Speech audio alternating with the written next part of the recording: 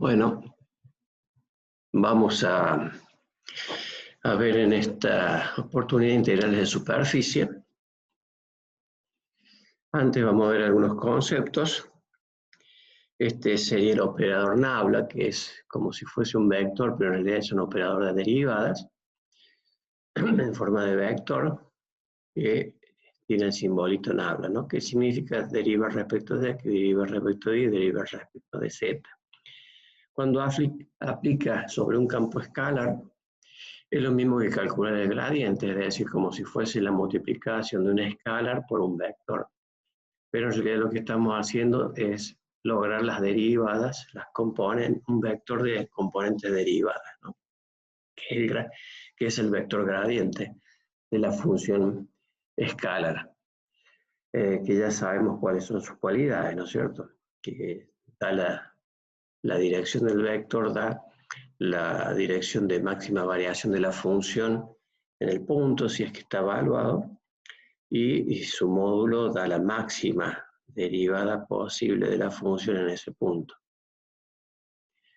Cuando se aplica sobre un vector, a modo de producto escalar, es como si fuese un producto escalar, pero en realidad lo que estamos haciendo es componente homóloga con componente homóloga, sacar sus derivadas y sumarlas.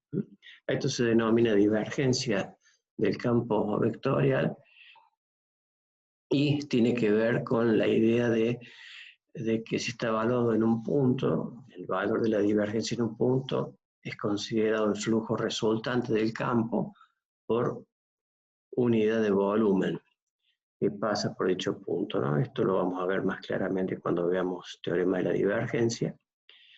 El asunto que conceptualmente si la divergencia del campo es mayor que 0 en ese punto, actúa como fuente. Si es menor que 0, es como que toma flujo, actúa como sumidero.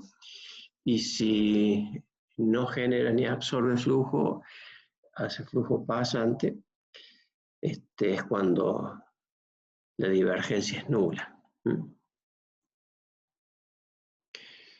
Ahora, cuando se aplica a un campo vectorial a modo de producto cruz o producto vectorial, lo que se logra es un vectorcito especial que se llama rotor del campo, que tiene que ver con las propiedades del campo para lograr rotaciones en los fluidos o elementos alrededor de su eje, que es el eje de este vector que se llama rotor, de ahí el nombre. Bueno, otro concepto importante es de superficies orientables. Una superficie sigma es orientable si es posible tener un vector normal en cada punto de la superficie. En este caso le llamamos n al vector normal y un vector normal está normalizado, por eso decimos que es versor. Y por lo tanto, si tiene un vector normal en cada punto, también tiene un plano tangente en ese punto. Y si tiene un plano tangente en cada punto de la superficie, significa que es posible tener con los coeficientes del plano tangente un vector normal que puede ser o hacia arriba del plano o hacia abajo del plano. En este caso hemos puesto el que da hacia arriba del plano tangente porque tenemos la tercer componente z, que es 1 positivo, es hacia arriba. Entonces estos serían los coeficientes del plano tangente cuando está expresado en forma implícita, dividido su módulo, me daría el versor normal en cada punto, ¿no? Y esta sería la ecuación de la superficie, ¿no? Z igual a f de xy. Por eso, este 1 es cuando el vectorcito da para arriba, ¿no?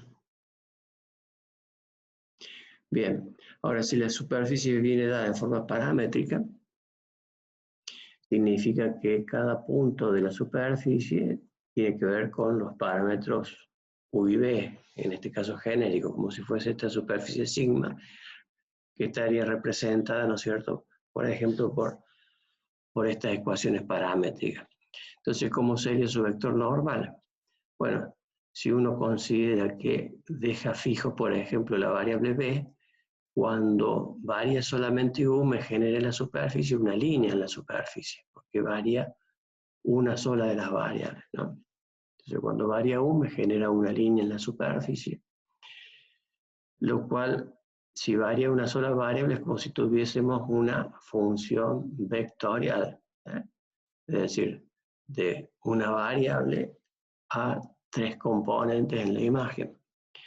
Entonces, si yo derivo, hago la derivada de esta función paramétrica respecto de la variable U, lo que voy a obtener es un vectorcito tangente a esa curva que genere en la superficie.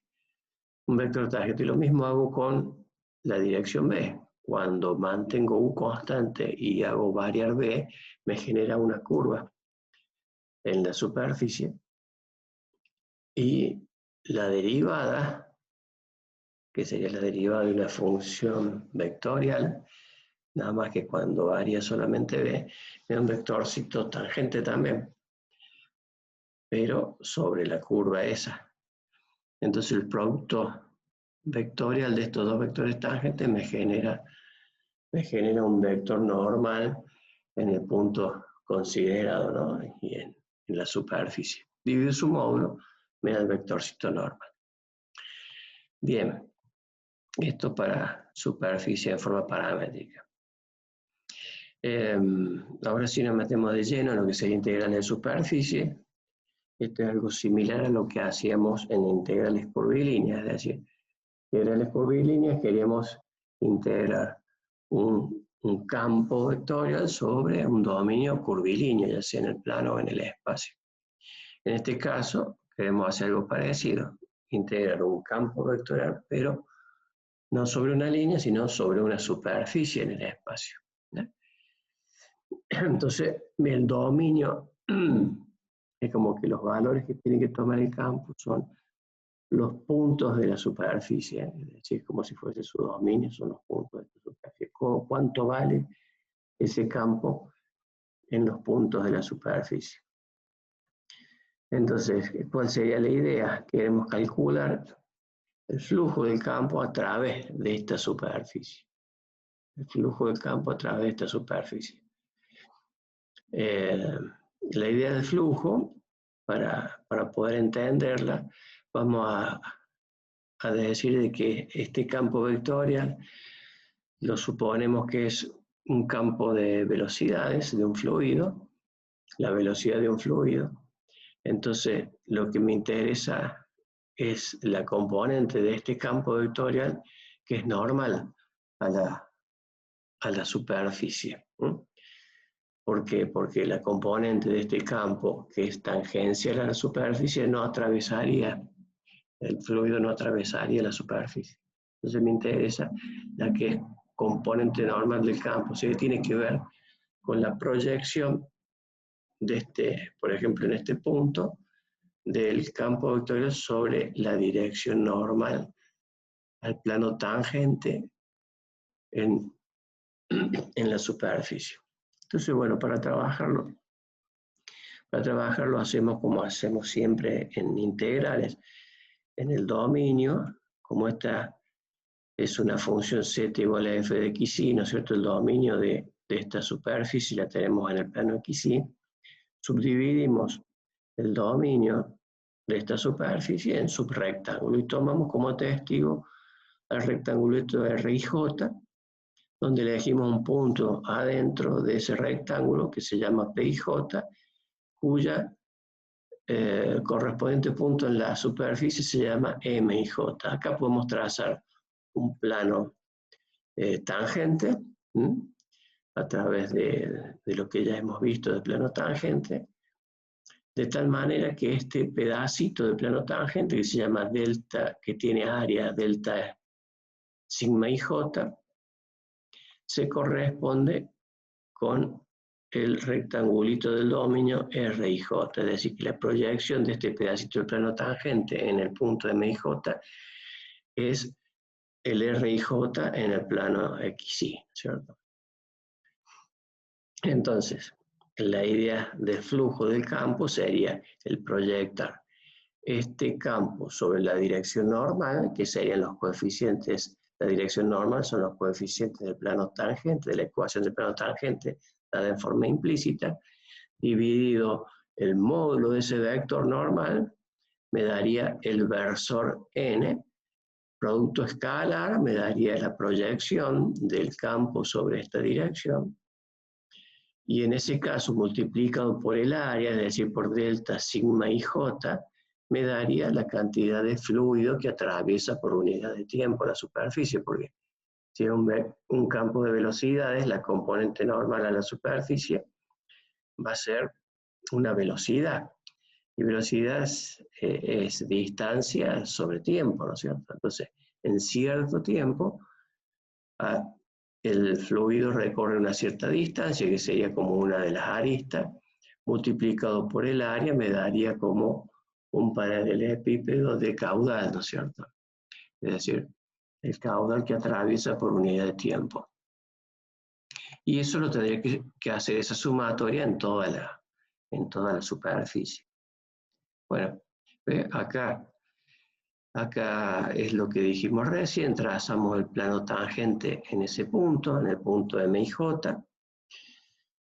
Los coeficientes, si pasamos todos estos elementos al primer miembro, los coeficientes de las variables van a ser menos la derivada de f respecto de x, menos la derivada de f respecto de y, y el coeficiente de z es 1. Por eso lo que veníamos acá, ¿no? Menos, menos y 1, vectorcito normal. Y bueno, y el flujo en el pedacito ese de superficie de área delta sigma y j sería la proyección del campo, esto es ya la expresión matemática, producto escalar por el versor normal en el punto M y J, por el área de ese planito tangente. Aquí estamos suponiendo de que el campo vectorial es el mismo en todo el pedacito de plano, ¿no es cierto? Porque acá todavía no hemos hecho el límite. Entonces una aproximación en toda la superficie sería hacer la sumatoria en todos los subrectángulos, en todos los pedacitos de plano tangente.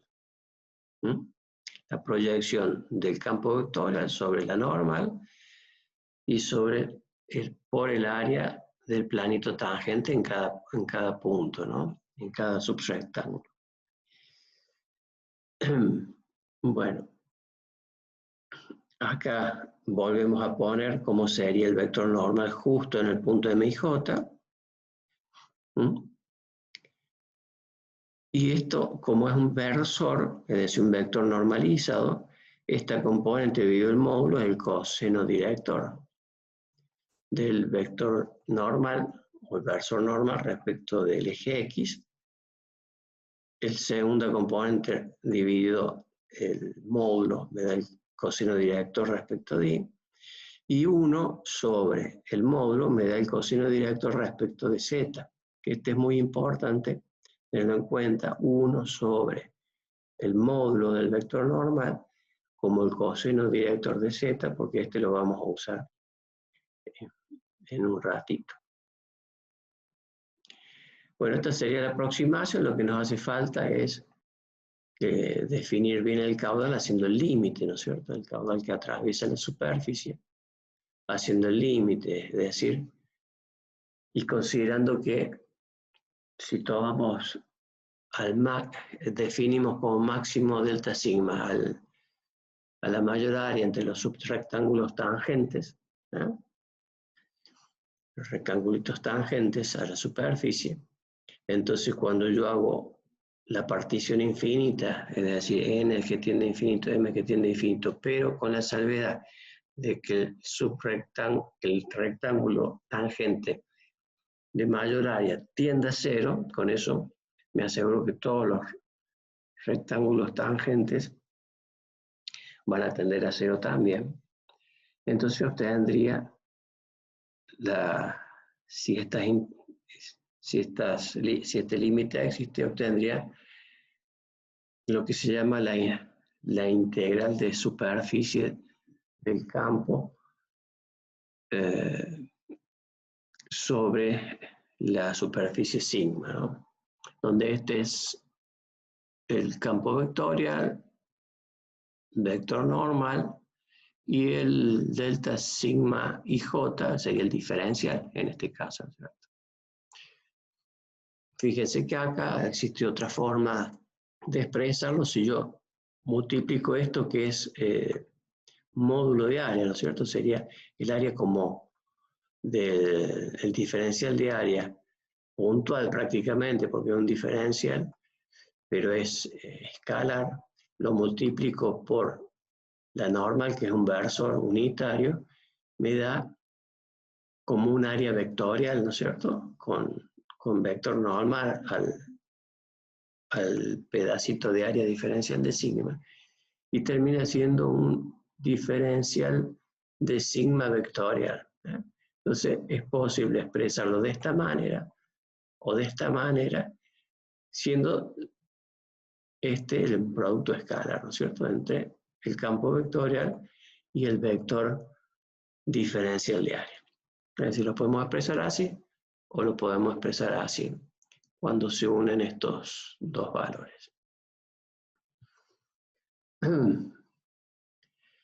Ahora bien, esto tiene mucho de conceptual, pero para poder aplicarlo en forma práctica al cálculo, como calculamos, necesitamos relacionar este diferencial de área que está en la superficie con el dominio que está en el plano XY.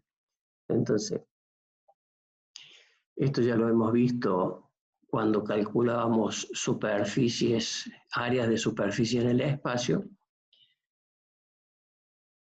Esa área que está en la superficie, sigma, delta sigma ij, por el coseno director sigma ij es igual al área del rectangulito RIJ que tenemos en el plano XY. ¿Ya?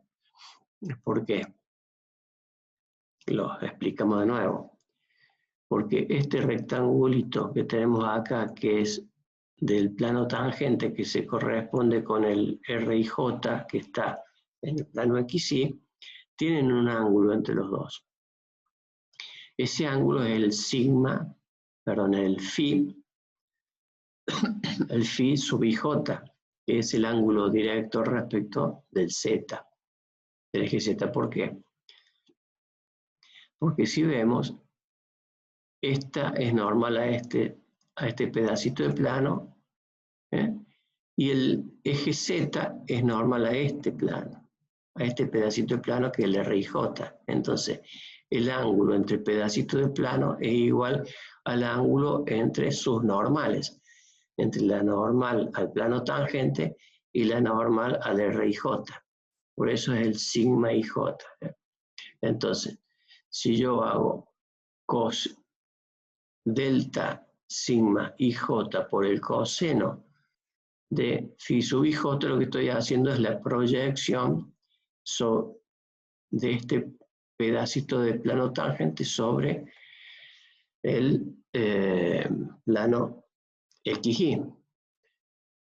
Y es lo que hemos hecho acá, ¿ver? Delta sigma ij por coseno de phi sub ij igual a delta a sub ij, que es el área del rectángulo RIJ que está en el plano XY.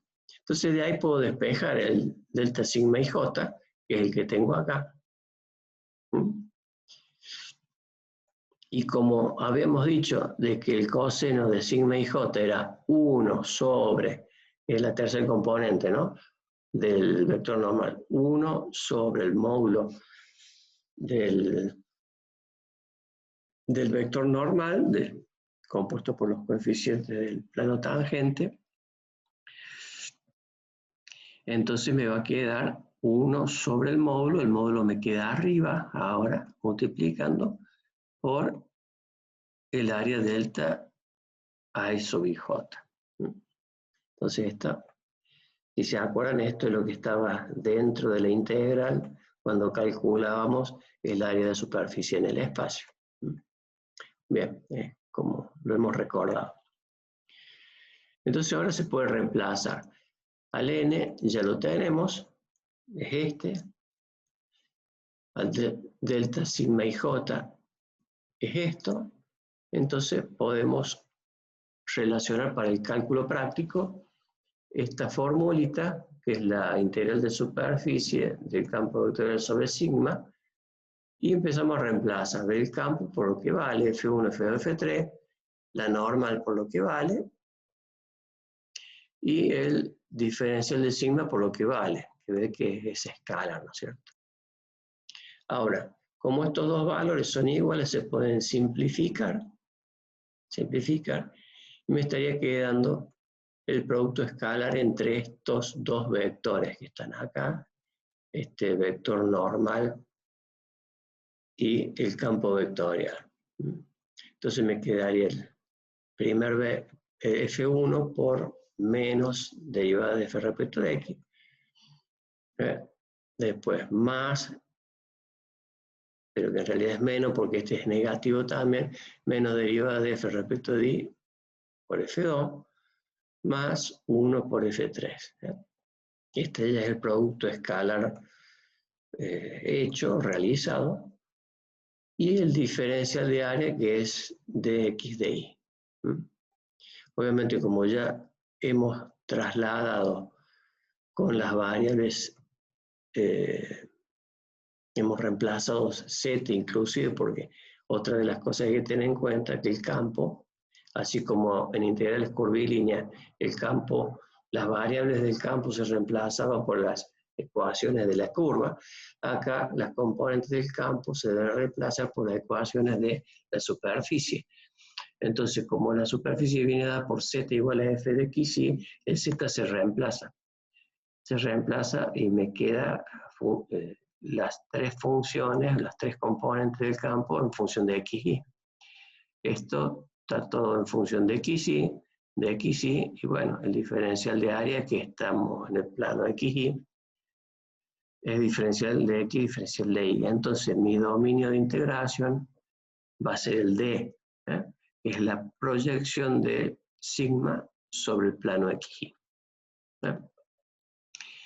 Fíjense que acá le he puesto la otra nomenclatura, he incorporado el n al diferencial de sigma, el producto este, de un escalar por el vector, y me ha quedado el vectorcito diferencial de sigma, ¿no?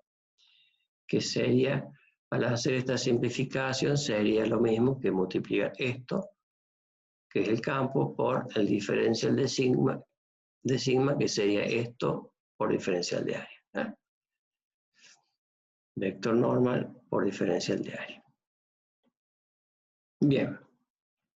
Esta ya sería la fórmula práctica. Lo único que tenemos que hacer es componer las componentes del campo, ¿no es cierto?, con la superficie. De acá aparece que F1 lo tendríamos que reemplazar al Z por lo que vale en la superficie, y así con las tres componentes.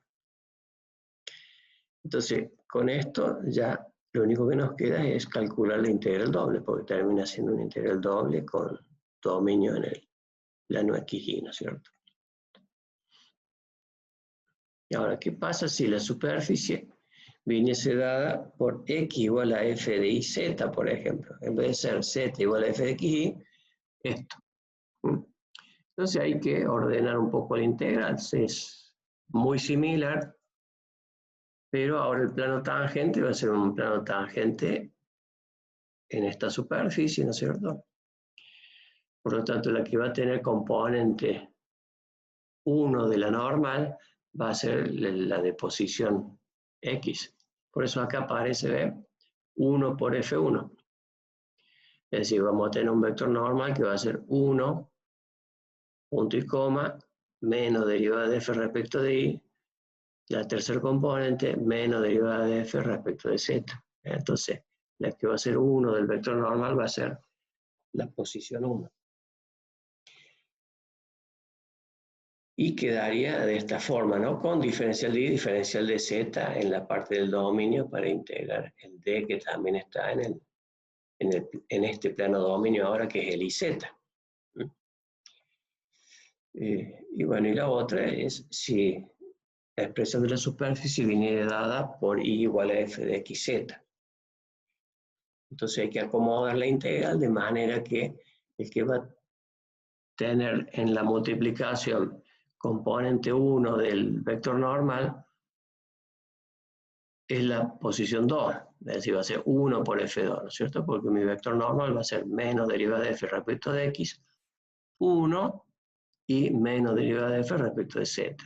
Entonces queda armada así, con los diferenciales nuevos, que sería de x de z, porque estaríamos, mi d ahora estaría en el plano xz.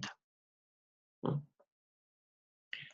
Bueno, así sería como encararíamos la integral de superficie para resolver, ¿no es cierto? Por supuesto, se reemplaza, ¿no es cierto?, el i por lo que vale en el campo, ¿eh? El i por lo que vale, perdón, por lo que vale en la superficie. Y bueno, acá tenemos un ejemplo. Calcular el flujo de este campo vectorial a través de la superficie z igual a 1 menos x cuadrado menos y cuadrado con z mayor o igual que 0. Si se fijan, acá tengo menos menos, o sea que esto es un paraboloide con ramas hacia abajo que comienza su vértice en 1, que es el mayor valor, que es cuando x es 0 y es 0, z vale 1, tengo el vértice del paraboloide. Y a partir de ahí son ramas hacia abajo, que cortan acá en la superficie XY, en una, cuando z es 0, en una circunferencia y radio 1. Bueno, desde el piso de z mayor o igual que 0 significa desde el piso hacia arriba. Esto sería, entonces la superficie sería esta. Y bueno, nos piden calcular el flujo del campo a través de esta superficie, ¿no? Entonces, como la superficie viene dada por z igual a f de xy, ¿no? Entonces utilizamos la formulita que tiene que ver con eso, es decir, menos derivada de z respecto de x por f1, menos derivada de z respecto de y por f2, más 1 por f3, ¿no? Es decir, la normal por el campo vectorial. Hago las derivadas. La derivada de la superficie es menos 2x menos 2y. Todo sale de la superficie, estas dos derivadas. Y después a su vez hay que componer el campo con la superficie, ¿no es cierto? Entonces, ¿qué voy a tener? Tengo menos la derivada, menos más, me queda 2x, por la componente del campo, que es y, más, menos por menos más, 2y por la componente del campo, que es x, y 1 por f3, pero f3 es z. Y z la tengo que poner en el valor de la superficie, que vale esto. Por eso 1 menos x cuadrado. Bueno, todo esto ya termina siendo una función escalar, y esto es una integral doble con una función escalar, ¿no es cierto? Entonces se calcula. Como tengo un dominio, obviamente como he llevado todas las expresiones a x y, mi dominio va a ser el d, que es el que está la sombra del paraboloide sobre el plano xy. Y como un círculo, mi dominio acá hago coordenadas polares. Entonces, esto que está acá, que es menos, pero es x cuadrado I cuadrado es menos R cuadrado, en polares es así. Y bueno, reemplazo todos los otros valores en coordenadas polares. Y bueno, mi radio va de 0 a 1. Y mi θ es toda la vuelta. Entonces, de 0 a 2pi. Bueno, integramos.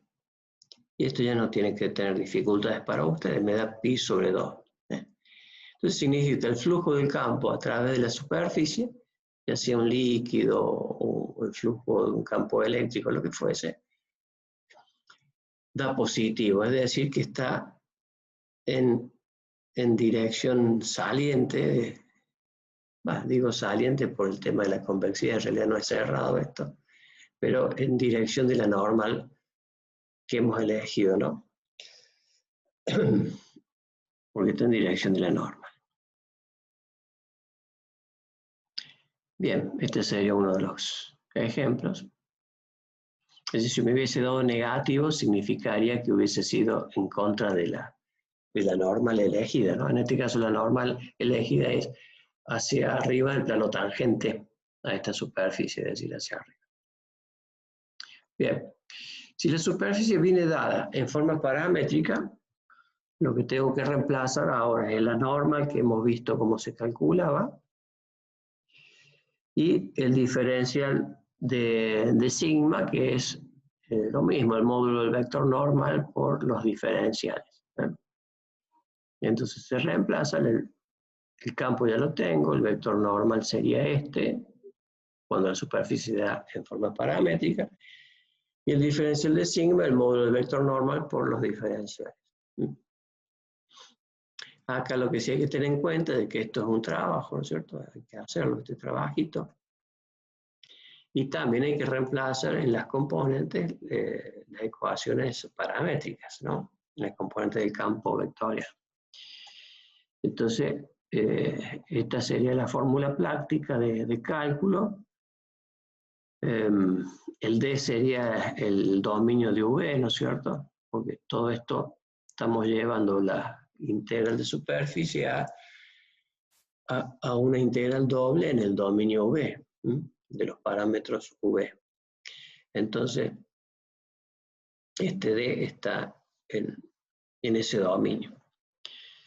Tenemos que tener en cuenta que bueno, el campo tiene que ser evaluado en las expresiones paramétricas de la superficie, tiene que ser evaluado en la superficie. Y este vectorcito se tiene que hacer. Es decir, como estas son mis ecuaciones paramétricas, la deriva respecto de U es derivar cada componente respecto de U. Y este otro vectorcito de derivar respecto a B es derivar cada componente respecto a B y después hacer el producto vectorial. Tiene ese trabajito. Ese producto vectorial es este, y JK, la deriva respecto a U se pone así en vectorcito horizontal, sería el R sub U, y el R sub B sería este último vectorcito. Deriva de X respecto a B, deriva de Y respecto a B, deriva de Z respecto de B. Y para hacer este determinante, esto ya lo saben, hay que hacer cofactores a través de la línea, de esta línea, o esta fila, que es la fila 1, de los versores IJK. Y una vez que se realiza esto, se hace el producto escalar con el campo y voy a obtener la función. Como todo producto escalar me va a dar una función escalar a integrar, ¿no es cierto? Para hacer la integral doble. Acá tenemos un ejemplito. Hallar el flujo de este campo a través de la esfera de radio 1. Lo que hay que tener en cuenta acá que es una superficie cerrada, ¿no es cierto? La convención en la superficie cerrada para los vectores normales es la orientación positiva. Orientación positiva de la superficie es para los vectores que dan hacia afuera de la superficie. Es decir, que van desde adentro hacia afuera, en la dirección de la afuera. Y la orientación negativa es al revés, es el hacia adentro de la superficie. Bien. parametrizando la esfera porque, digamos, trabajar una esfera que quiero hacer una integral, ¿no? Que es una integral de superficie en x y z es complicado, entonces me conviene parametrizar la esfera, y como es una esfera lo parametrizo con lo que serían las coordenadas esféricas. Como es de radio 1, ya impongo que valga 1, es decir, que el ρ que solía estar acá, multiplicando al costado en cada componente, vale 1. Entonces, lo que me está quedando es seno de phi, coseno de tita, seno de phi, seno de tita, coseno de phi, ¿no? De las coordenadas esféricas. Y en este orden, phi tita, porque es la forma en que me da un vectorcito hacia afuera.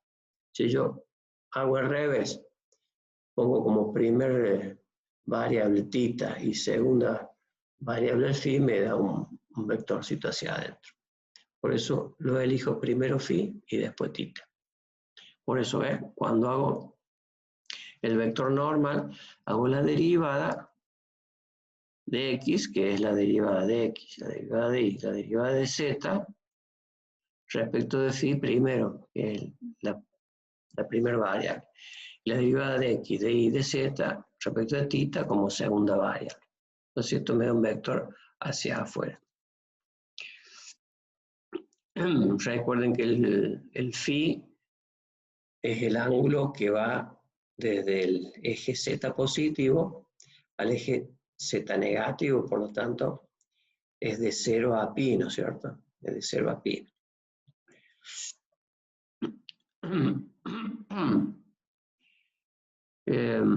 Bien, haciendo el producto vectorial, haciendo las derivadas, me estarían quedando estos valores, resuelvo, y me queda este vectorcito, Es decir, este es el trabajo previo. Entonces ahora tengo mi vector campo vectorial, que reemplaza, el campo vectorial era z, que es coseno de phi, ¿ve? Ahí está. Después era y, seno de phi, seno de tita, y el otro es el x, ¿no es cierto? El x. Y este es el vectorcito normal. Entonces lo que tengo que hacer es el producto escalar ahora. El producto escalar. Hago el producto escalar y me da una función escalar que tiene su complejidad, pero bueno, esto lo sabemos hacer. El primer sumando, segundo sumando, tercer sumando, por eso hago 3 integrales. Y bueno, utilizo lo que ya conozco en integración, ¿no? Voy resolviendo. El phi, por supuesto, que la primera que estoy integrando va de 0 a pi. Y el tita, que es el ángulo axial, ¿no? Que se mide a partir del eje positivo de las x, es de 0 a 2 pi. Porque da toda la vuelta para que tengamos toda la esfera. Entonces, bueno, y se va trabajando hasta que llegamos al valor, que sería 4 tercios pi. Bueno, esta sería la manera de hacer integrales de superficie, ya sea con ecuaciones de la superficie en forma paramétrica o en forma explícita, como los 3 casos que vimos antes.